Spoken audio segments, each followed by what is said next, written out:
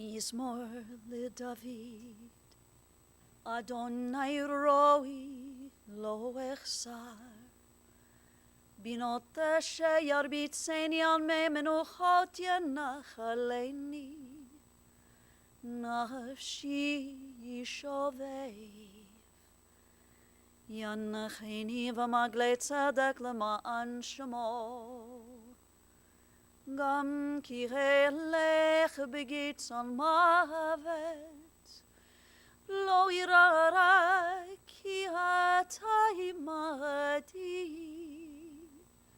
שבטך ומשענתך המה ינחמוני. תערוך לפני שולחן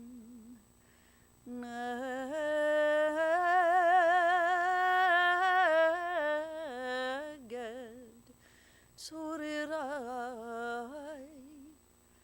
דשנת ושמן ראשי, כוסי רוויה, אך טוב וחסד ירדיפוני כל ימי חיי, ושבתי בבית אדוני לאורך ימים. Friends, I've chanted for you the words of our 23rd Psalm. On these most painful and most difficult days, we often turn to the psalmist seeking strength and comfort. And so at this time, I ask you to join me as we recite these words together. The Lord is my shepherd, I shall not want. He maketh me to lie down in green pastures. He leadeth me beside the still waters. He restoreth my soul. He guideth me in straight paths for his name's sake. Yea, though I walk through the valley of the shadow of death, I will fear no evil, for thou art with me. Thy rod and thy staff, they comfort me. Thou preparest a table before me in the presence of mine enemies. Thou hast anointed my head with oil. My cup runneth over. Surely goodness and mercy shall follow me all the days of my life, and I shall dwell in the house of the Lord forever. In the rising of the sun and in its going down, we will remember him. In the blowing of the wind and in the chill of winter, we will remember him. In the opening buds and in the rebirth of spring, we will remember him. In the blueness of sky and in the warmth of summer, we will remember him. In the rustling of leaves and in the beauty of autumn, we will remember him. In the beginning of the year and when it ends, we will remember him. When we are weary and in need of strength, we will remember him. And when we are lost and sick at heart, we will remember him. When we have joys we yearn to share, we will remember him. So long as we live, he too will live, for he is now a part of us, as we remember Stephen Slive. To his mother, Jean, to his beloved partner, Carol Ann, his brothers, Phil and David, and also to Agnes and Pat, to his daughters, Lauren and Casey, and also to Phil and Terry, to all the members of the family, and to so many dear and cherished friends. We've joined together on this very sad day to remember, but also to celebrate the life of your beloved Steve. I share with you words of the poet Arlo Guthrie. Someday I'll be there with you. When you're there, I'll be there too. If you only knew, I will be with you. Someday we will meet again. When we meet, I will see you then. If you only knew, I'll be there with you. It will make this farewell seem little more than but a dream. If you only knew, dreams are often true. Someday I'll be there with you. When you're there, I'll be there too. if you only knew, I'll be there with you. Steve's journey began in New York. He was born in Queens in 1950 to Ted and Jean Slive. And Steve, along with his brothers, David and Phil, grew up in a happy home in their Richmond Heights, New York neighborhood. As a child and a teen, he loved photography, and Steve even had a darkroom growing up in his home. He was active with Cub Scouts and Boy Scouts, and to this day his Cub Scout shirt hangs in his closet. And his father, Ted, was very involved with his son's scouting, and according to his brother Phil, Steve remained a dedicated Boy Scout until, of course, he discovered girls. His family attended the Belrose Jewish Center, where Steve became bar mitzvah. And throughout his lifetime, Steve's Judaism was always very, very important to him. Steve attended Martin Van Buren High School, where he was one of 6,000 baby boomer students. Phil, when we spoke yesterday, you recalled a big brother who you described as the best brother. You remembered that your family lived a happy yet modest lifestyle. Family outings to Jones Beach were very special, and hand-me-downs were the norm. Phil, being the youngest of 3 boys, you often received every imaginable hand-me-down. You remember that Steve was the one who handed down to you his old baseball glove. And when he saw how sad you were that you always were the one to get the hand-me-down bicycles, never a new bicycle, he made sure to sit down with you and paint the old bicycle so it would be like new. He was also the photographer at your bar mitzvah, and you said he did a wonderful job in capturing that very special moment in your life. Phil, it seems that having Steve as your older brother, had its perks, especially when he was your babysitter. He was 9 years your senior, and when your parents would go out for the evening, they would give Steve strict instructions about having you in bed by 9 p.m. And as soon as the parents were out the door, Steve would put you in the car and take you to Lorenzo's Pizza on Union Turnpike. Or maybe he'd invite a dozen or so of his friends, guys and girls, over to hang out. You remember a brother who could sometimes be mischievous and certainly a rule bender. Phil, you recalled a time when Steve, at 17 years old, was on a little road trip with some high school buddies. Allegedly, some alcohol may have been involved. And, well, we'll say that it's maybe one of your clearest boyhood memories, you getting in the car with your parents, your mother thinking that this was the worst thing that ever happened in her life, driving to Atlantic City to pick your brother up from the jail. But for Steve, this particular adventure paled in comparison to the time he and his teenage pals, allegedly, were dodging a police officer. I believe this also involved a six-pack. And Steve, to get away, climbed a high fence.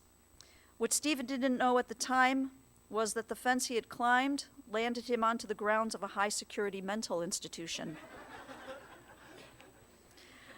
No one in the family is quite sure how Steve talked himself out of that situation. But Phil, as you mentioned, your brother, with his warm and outgoing personality, he was quite a popular young man, and he enjoyed a large and wonderful group of friends, many of whom referred to him by his high school nickname of Slippery Slive. He was a natural athlete, and he grew up playing baseball on his little league teams, but he was always extremely gifted on the basketball court. And I know, as his family shared with me, that he played basketball into his adult years. He especially loved playing on the Lawyers League, and he did this up until the time of his knee replacement in 2015. Phil, you also remembered that Steve was a really good son. He was especially close with your father, and whenever there were those days off from school, Steve would work alongside his dad in Manhattan's garment district, pushing a cart and making deliveries. He was also a devoted and caring son to your mom throughout the years. Phil, he was your friend, your buddy, and just the best brother ever. As Steve's graduation from high school was approaching, he decided he wanted a break from the big city, from New York. And so he had his mind made up that he would attend college at a large Ohio school with a great and winning football team. And when Steve arrived in Athens, Ohio in 1968, I think you know the end of that sentence. Let's say he was more than stunned to discover that Ohio University and Ohio State University were two different schools. Not having done a visit of either of these campuses, it seems clear that Steve meant to be a Buckeye, but realized a little late that he had actually signed up to be a Bobcat. But this did not throw off Steve. He embraced this new chapter in his life, and he thrived in his southeastern Ohio surroundings, an area that Steve grew to love. At Ohio University, Steve took courses in general studies and photography. His first 2 summers of his college career were spent back in New York, working as a good humor man, selling ice cream from the ice cream truck. Steve, always the entrepreneur, figured out that the best place to sell his sweet treats was at this one particular beach. It was a beach that had some sort of a law that it was illegal for him to sell the ice cream at that location. But Steve would still go there every day. He'd sell from his truck, and he'd happily accept the violations that the police officer would give him each day. And the very personable Steve would always accept the ticket with a hearty thank you for the officer. There's a whole nother story involved about how none of those tickets were actually paid, but I'll let his daughters share that with you at another time. In his college years, Steve also became supportive of many social issues, taking part in peaceful demonstrations against the war in Vietnam. And in his junior year, he moved just outside of Athens County to Meigs County. And this move proved to be life-changing for Steve. He commuted to his classes while living on a farm in this town, in this very impoverished area of Appalachia.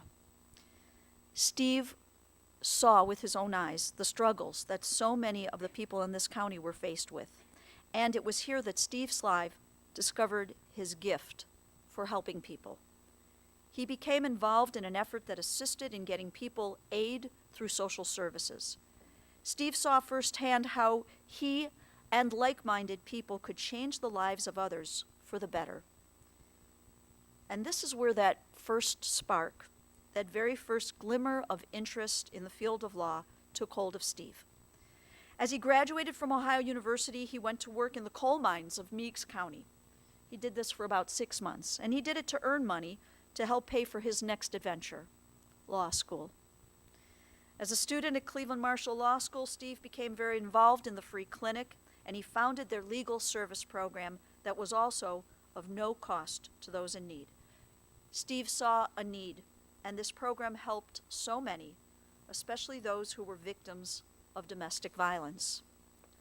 It was here at Cleveland Marshall and also through his work for the free clinic that Steve met many of his dearest friends, friends that stuck together throughout so many decades.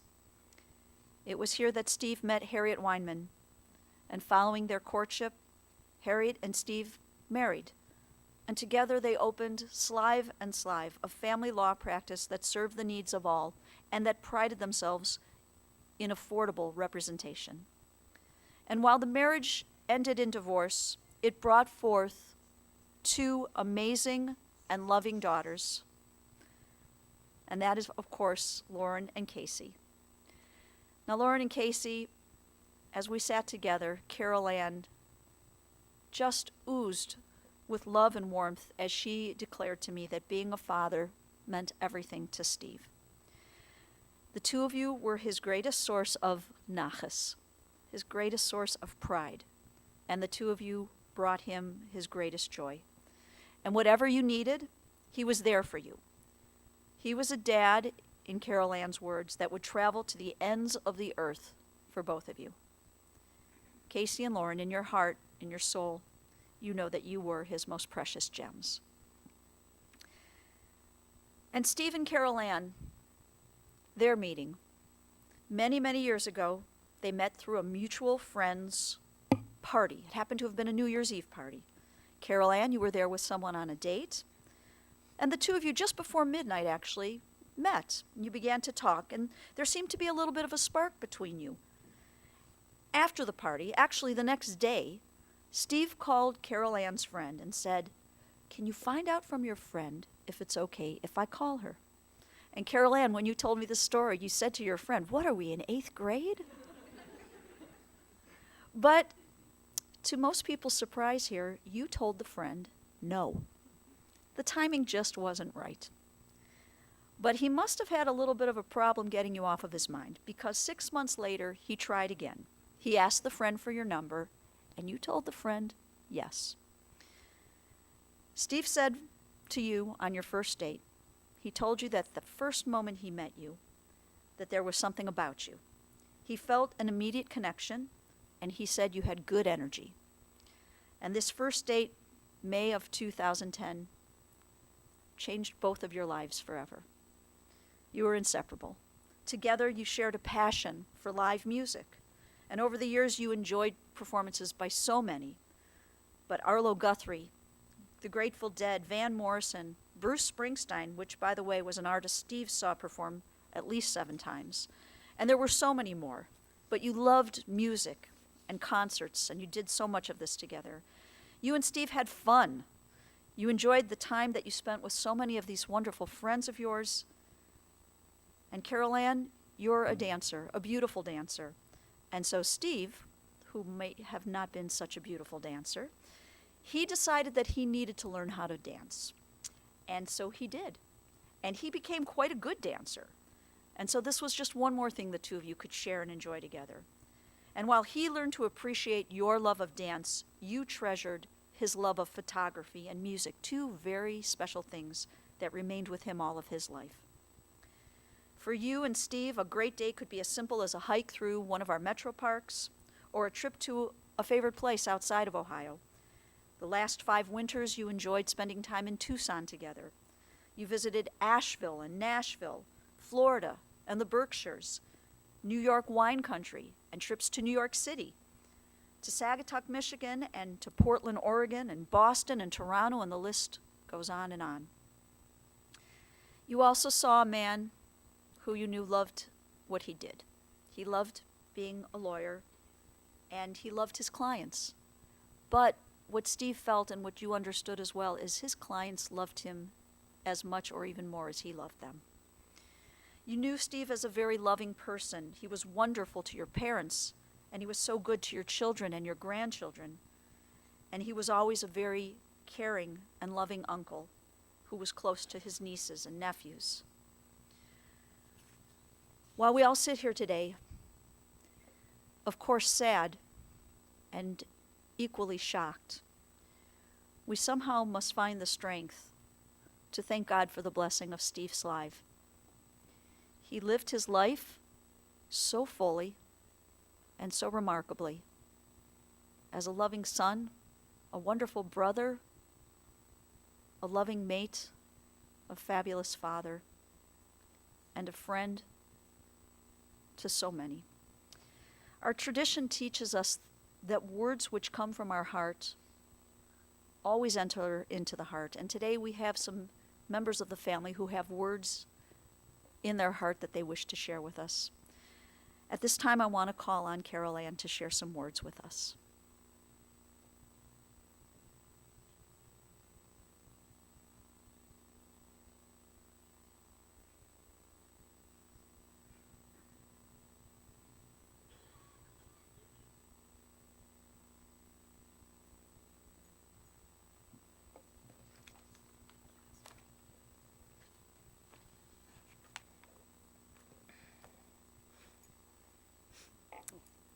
See, they got the Kleenexes up here.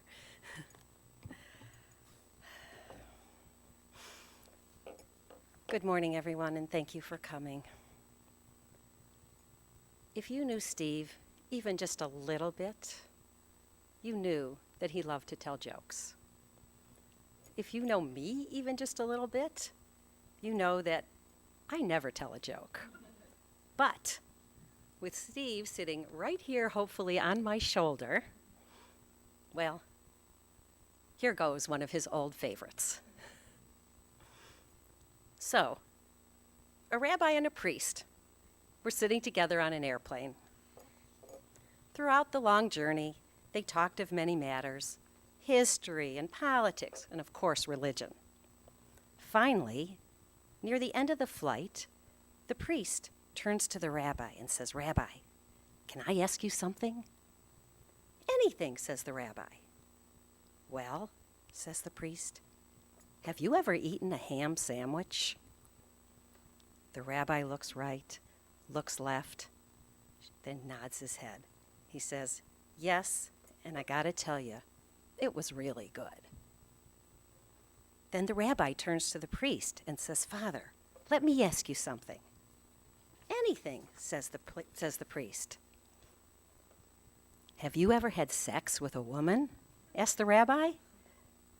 The priest looks right, looks left, then nods his head and says, "Yes, and I gotta tell you, it's a whole lot better than a ham sandwich." Well, I'm so glad you laughed. There wasn't a joke that Steve didn't like. Silly, it could be really silly. Dirty, corny, ironic, he told them all. And he did that because he loved to make people smile. Like his father, Teddy, nothing gave him more pleasure than to make someone laugh. So thank you again for coming today to remember and honor Steve. As I look out from this podium, I see so many people who loved him and cared for him so deeply. And after spending these last 7 years with him, I understand why. Down to his core, Steve really loved people. He loved connecting, sharing, caring, helping, and he loved feeling a part of people's lives. He enjoyed being with older people, and I'll never forget how loving he was with my parents. He adored younger people, and he took so much pleasure out of getting to know his daughter's friends. His life revolved around personal connections, and everything he did in his life was infused with that. As many people know, he loved photography, and he was really good at it. But his favorite part wasn't the gaining of all the technical skills. It was sitting down with his iPad and sharing his photos with his friends. He was a dedicated and accomplished attorney, but really what gave him the most joy was helping his clients through difficult times, counseling them, guiding them, sharing his knowledge, knowing that he was really doing the best for them to bring them to a happier place. That's what made him get up in the morning and face the day of paperwork and fighting spouses and all the legal wrangling. And if you knew him, you knew that music really, really touched his soul. Or, as we were joking before, lit him up. He enjoyed many types of music, but mostly he loved the soundtrack of his generation, the music from the 60s and 70s. And although he often listened to music alone, and at an extremely loud volume, I might add, he dearly loved going to concerts in all kinds of venues. And we saw concerts ranging from Jackson Browne to Buddy Guy. And one day he surprised me with third-row tickets to see Van Morrison in New York City. The music of Bruce Springsteen resonated with his soul, and he saw him live in concert at least 8 times, we think. And one time, it was right after he had knee surgery, and he could barely walk. You know, we wrote in the obituary that Steve never met a stranger.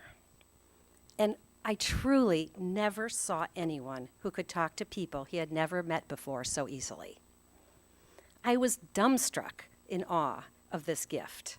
He could make friends with anyone. Whoever spends an entire dinner chatting with the people at the table next to you and exchanging hugs and phone numbers before the evening was over. And no exaggeration, this happened to us numerous times. When we were in Tucson, he was forever meeting people in the gym, in the sidewalk in front of our house, on a hike.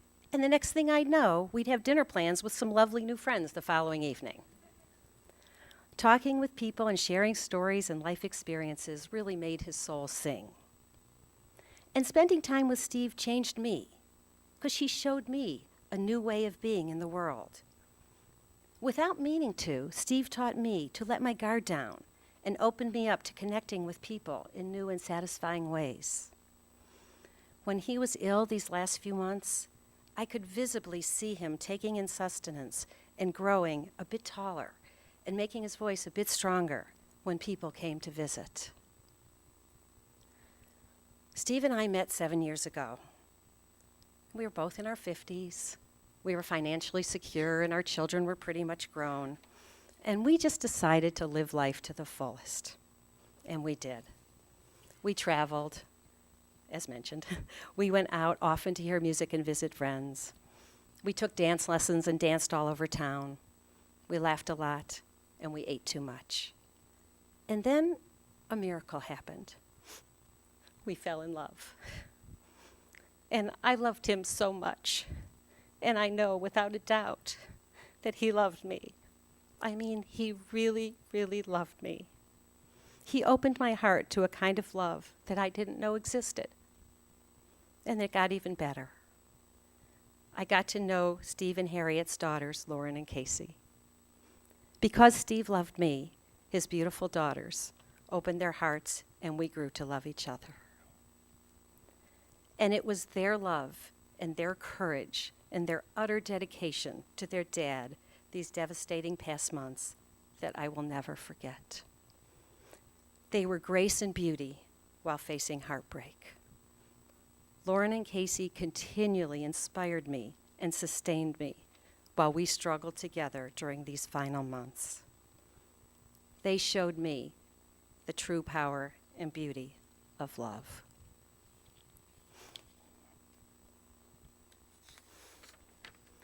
And Steve, too, was the face of grace and strength and great courage these past months.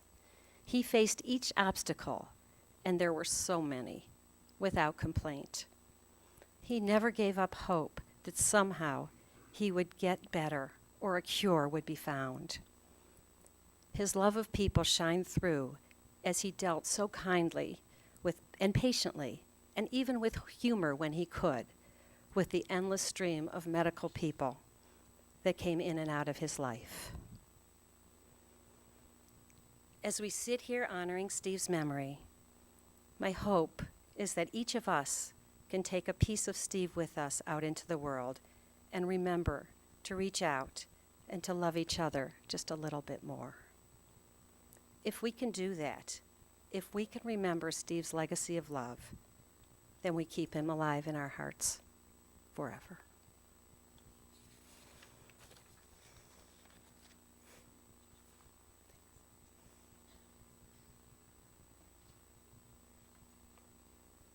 I want to call on his daughters now, Lauren and Casey.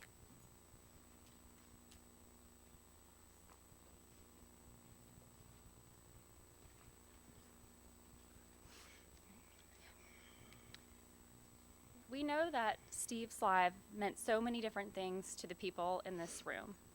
Loyal friend, trusted counselor, comedian, partner, colleague. To us, he was Dad.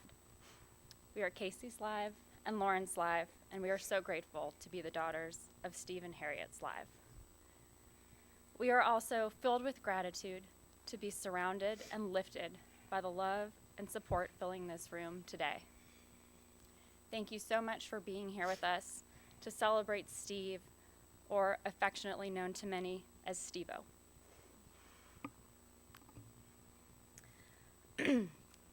Steve was truly the best dad we could have ever asked for. Our childhood memories are filled with fun, running around in the sprinkler, whipped cream fights in the front yard, feeding the ducks at Shaker Lakes, listening to music on family road trips, and telling lots of stories. Dad paid for some of those stories, though, after he told us all tales about his horse John Henry that he had when he lived in Meigs County.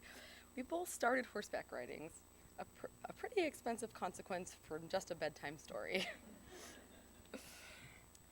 Dad was a true example of how to find delight and appreciating natural beauty and the simple joys of life. A drive in the country on a sunny day, a perfectly cooked burger, an evening with good friends, a beautiful sunset over the lake. Dad showed us how fulfillment was the result of positive energy and not fancy things. As so many of us know, Dad loved and really appreciated music, as we've mentioned. He certainly passed this passion along to us.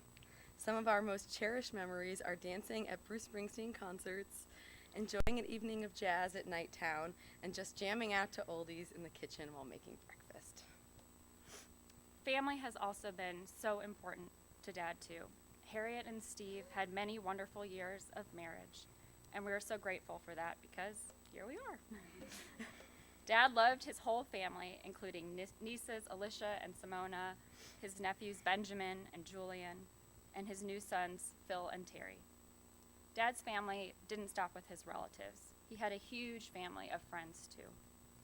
We used to joke, like Carol Ann said, it was impossible to go anywhere without Dad seeing a friend, either someone he already knew or a brand new friend he was inevitably going to make. We can also appreciate how hard Dad worked to make sure our family was taken care of. Dad and Mom had their own law firm, and we can only imagine how stressful it must have been to find work to provide for the family. But Dad never complained. And the work didn't stop when he left the office. Dad was always helping clean and fix things around the house. Many of the photos we found are of him washing his sob and cleaning the house recently. So, for anyone who knows him, we both have our own houses now, and whenever we had a problem or a question, Dad was the first number we would call because he always seemed to know exactly how to fix everything. When we reflect on Dad, as others have mentioned, what we always seem to come back to is laughter. Dad loved jokes, the cornier the better, and he loved telling them over and over and over again. We may have groaned with embarrassment as teenagers, but now we just see how much Dad truly loved making people happy. Even in the most challenging situations, Dad had a gift for brightening the room. Last week, when Dad's health was declining quickly, he fell on his bedroom floor. In true character, and despite all of the pain that we know he was in, Dad didn't miss a beat.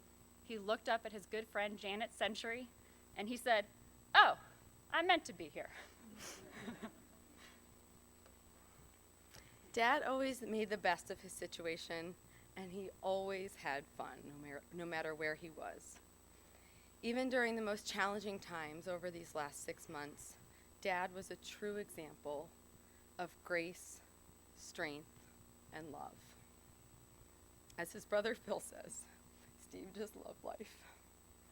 We are so crushed to lose Dad, but we are so blessed to have had the best dad we could have ever asked for. We are exceedingly grateful for all the joy, love, and support that you have all brought Dad throughout his life, and especially in these last few months. We know that he will forever live on in our hearts and in the hearts of everyone in this room.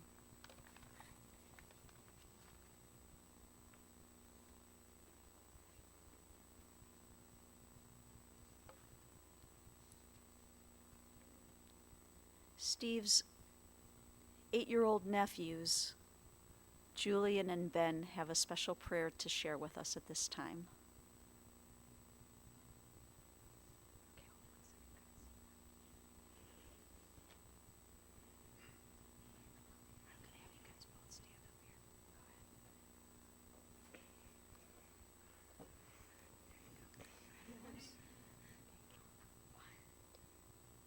Shema Yisrael, Adonai Eloheinu, Adonai Echad, Baruch Shem, Kavod, Mahaluk Tov, Le'olam Va'ed.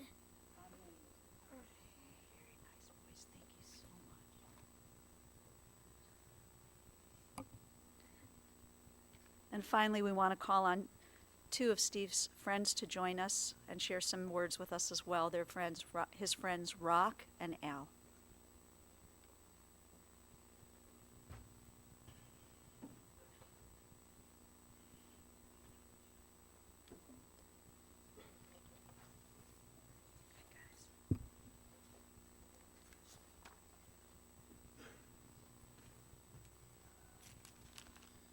It's not fair to follow that. Just think of them as a younger version of us.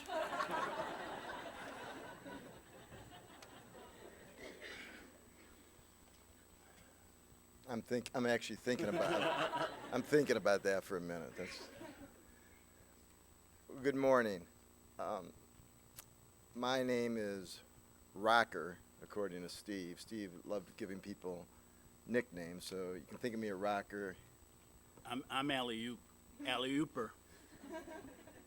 And we're honored to be up here to represent Steve's wide network of friends from around the country. I live in southern Indiana. Alan lives over in Cleveland Heights.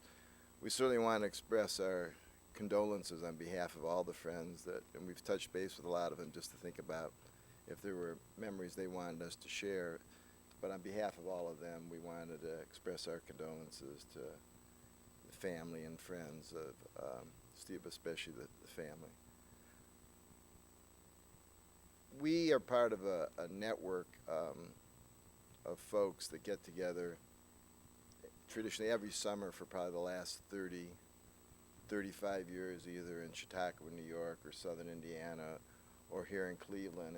And the whole network really has its roots primarily in the Cleveland Free Clinic that the cantor referred to, that was such a big part of Steve's life.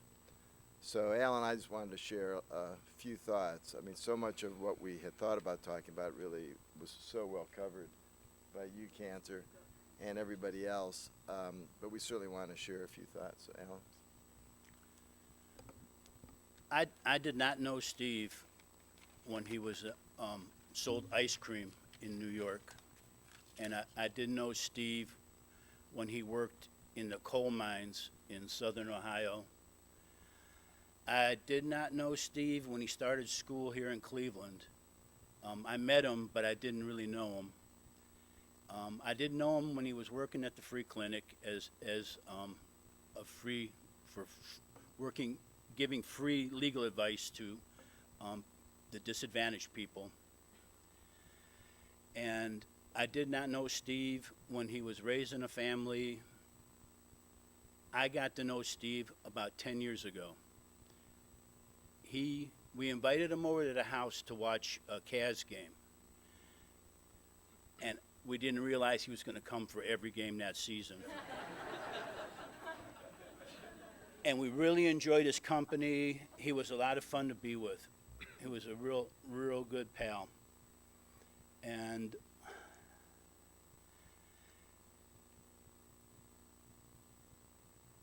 I just enjoyed his company. He was a real good guy.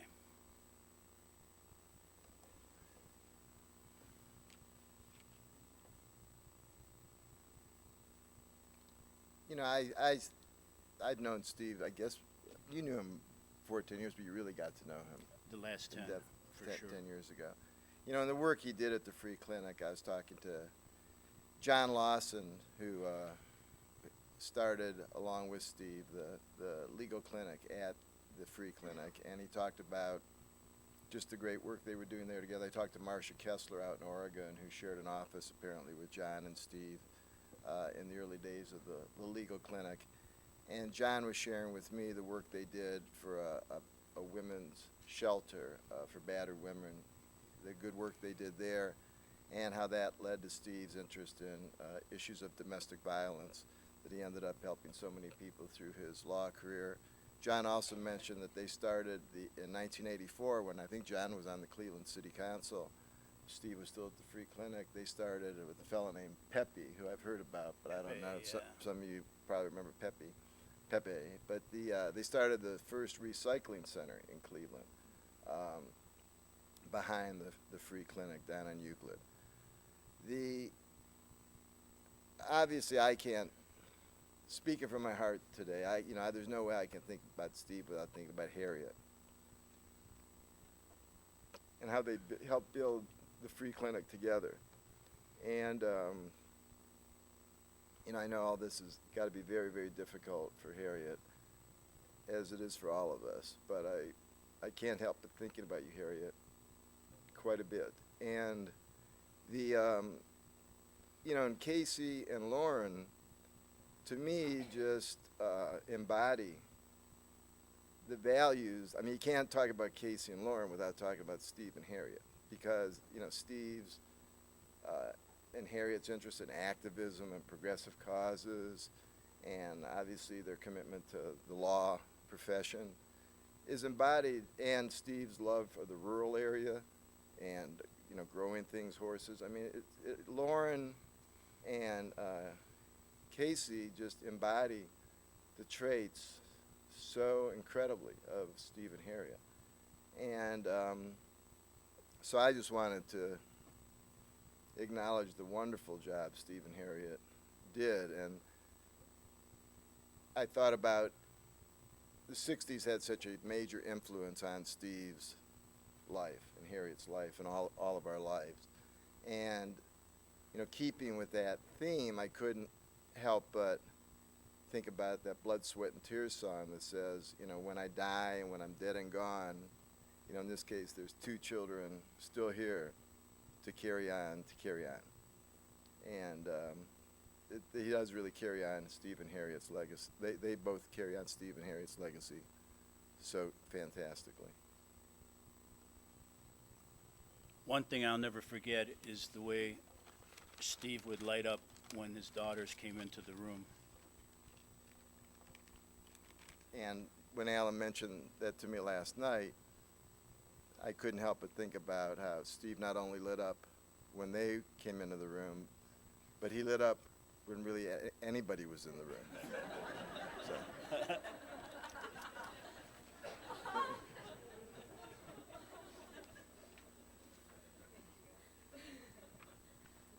And now I have to follow that act. Before we conclude our service of memory today, I just want to make a brief announcement. Following our service, the family will receive visitors at the residence. The address is 6057 Williamsburg Drive, and this is in Highland Heights. The family will receive visitors from the time the service ends until 4 o'clock this afternoon. They'll take a brief little break, and then visitation will resume again from 6 until 8 p.m. The family wanted me to share with you that they look forward to seeing all of you, and they're hoping that when you're all together, you'll find that special time where you can share more wonderful stories about Steve.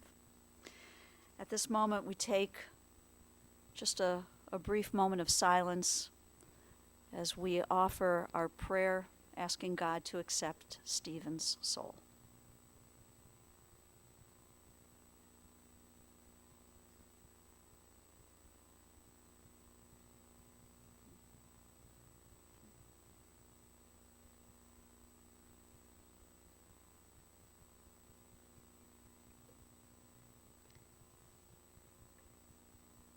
There are places I'll remember all my life, though some have changed, some forever, not for better. Some have gone and some remain. All these places had their moments with lovers and friends I still can recall. Some are dead and some are living. In my life, I've loved them all. But of all these friends and lovers, there is no one compares with you. And these memories lose their meaning when I think of love as something new. Though I know I'll never lose lose affection for people and things that went before. I know I'll often stop and think about them. In my life, I love you more. As you are able, I invite you to rise for the memorial prayer, El Malei Rachamim.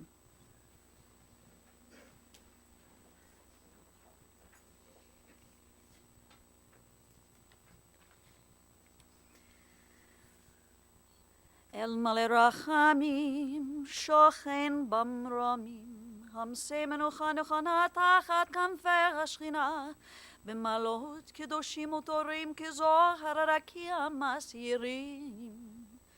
את נשמת שלמה בן תודרס וג'ין, שהלך לעולמו בגן עדן, תהא מנוחתו.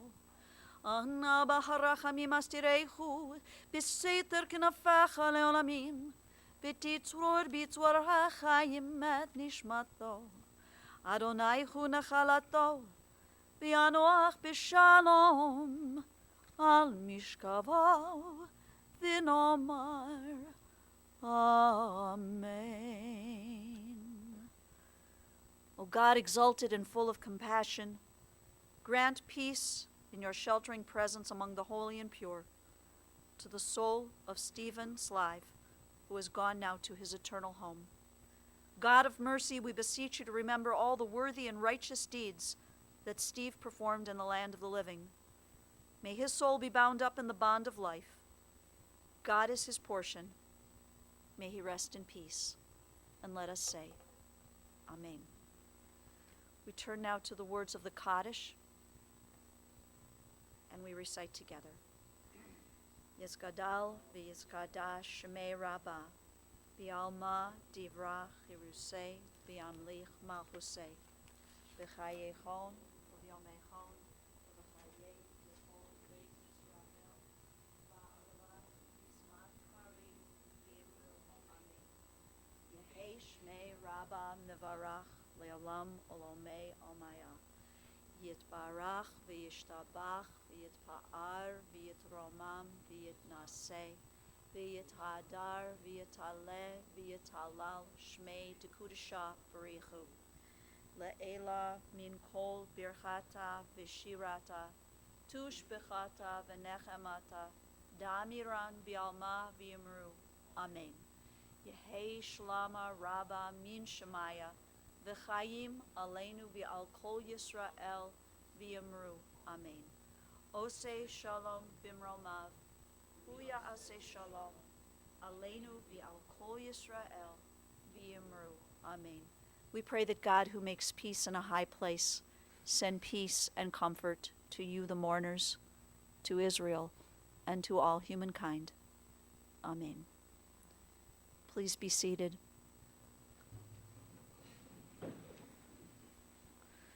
Friends, we say Tseitchem l'shalom, Boachem l'shalom.